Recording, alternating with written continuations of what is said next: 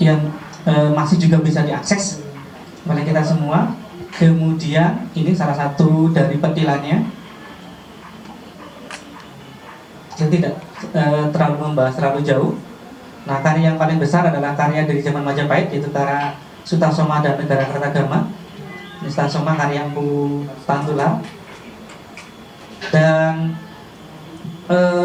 karya-karya sastra yang beraksara Kawi ini sampai pada masa waktunya untuk diubah menjadi aksara yang lain itu ketika Kerajaan Majapahit perang besar, perang keluarga, perang saudara yang menyebabkan Kerajaan Majapahit kemudian dipindah ke Jawa Timur. Nah, kemudian masuklah agama Islam. Dari proses ini kemudian ada dua peralihan. Jadi saudara-saudara kita yang tetap memegang agama Hindu itu hijrah ke Bali dengan membawa aksara Jawa peralihannya, aksara Jawa kunonya. Kemudian yang di Jawa itu juga tetap menggunakan aksara Jawanya, tetapi aksara Jawa di Jawa ini kemudian lambat laun mengalami beberapa perubahan.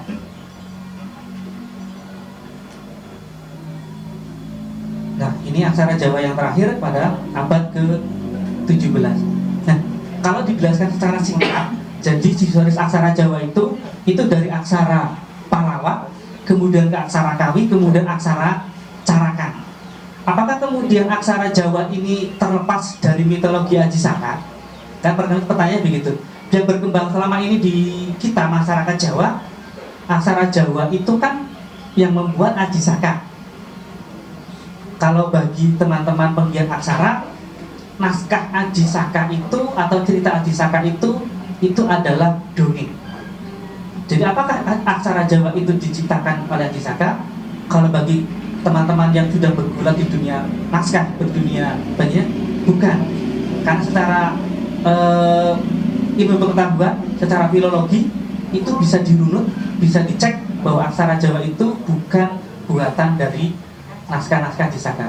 Nah, kalau Bapak Ibu membaca serat-serat Aji Saka, naskah Aji Saka itu sendiri atau cerita Aji Saka itu sendiri, itu variasi ceritanya banyak. Intinya itu adalah sebuah gambaran. Sebenarnya Aji Saka itu gambaran bahwa ada perubahan sebuah peradaban.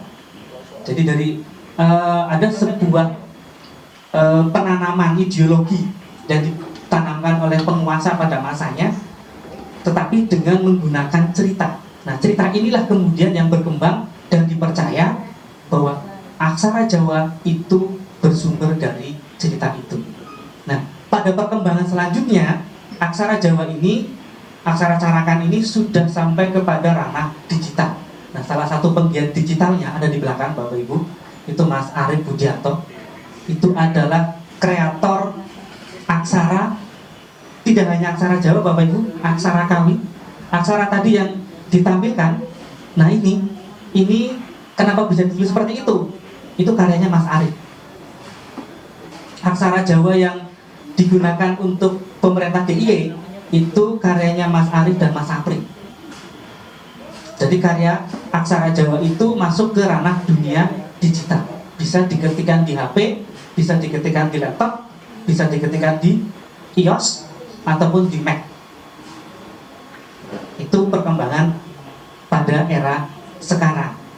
Nah, kita sedikit melihat bagaimana wujud aksaranya. Ini adalah aksara Palawa. Aksara Palawa seperti itu. Tentu nulis aksara Palawa ada beberapa macam varian, ya. Karena siapa yang menulis itu ada beberapa bahasa, ya seperti halnya kita sendiri, tulisan kita tentu akan berbeda dengan tulisan orang lain. Maka siapapun yang memahat itu di batu pun itu juga mengalami beberapa perbedaan sedikit. Tapi apabila dikaji lebih detail, oh ternyata sama. Itu begitu. Nah, ini tanda baca yang digunakan untuk penulisan aksara Palawa. Ini ada A. Kalau di Dirgo atau kalau di bisa kita itu seperti angka 2. Kalau di pahlawan ini hanya cek kita atau sampai bawah ini, atau sampai ini variannya. Kalau yang I seperti ini, au, e, kemudian ada varian i, agak mirip Bapak Ibu ini. I panjang atau dirdo melik ini, atau i panjang. Varian u sama gitu, sama. U panjang ini sama, antara kawi dengan ini sama. Ini wujudnya. Ini kalau di kita pikian H mati itu dengan seperti ini. Mati.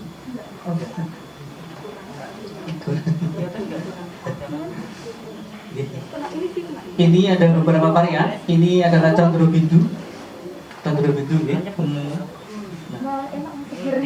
Terus ini salah satu bagaimana wujud penulisannya.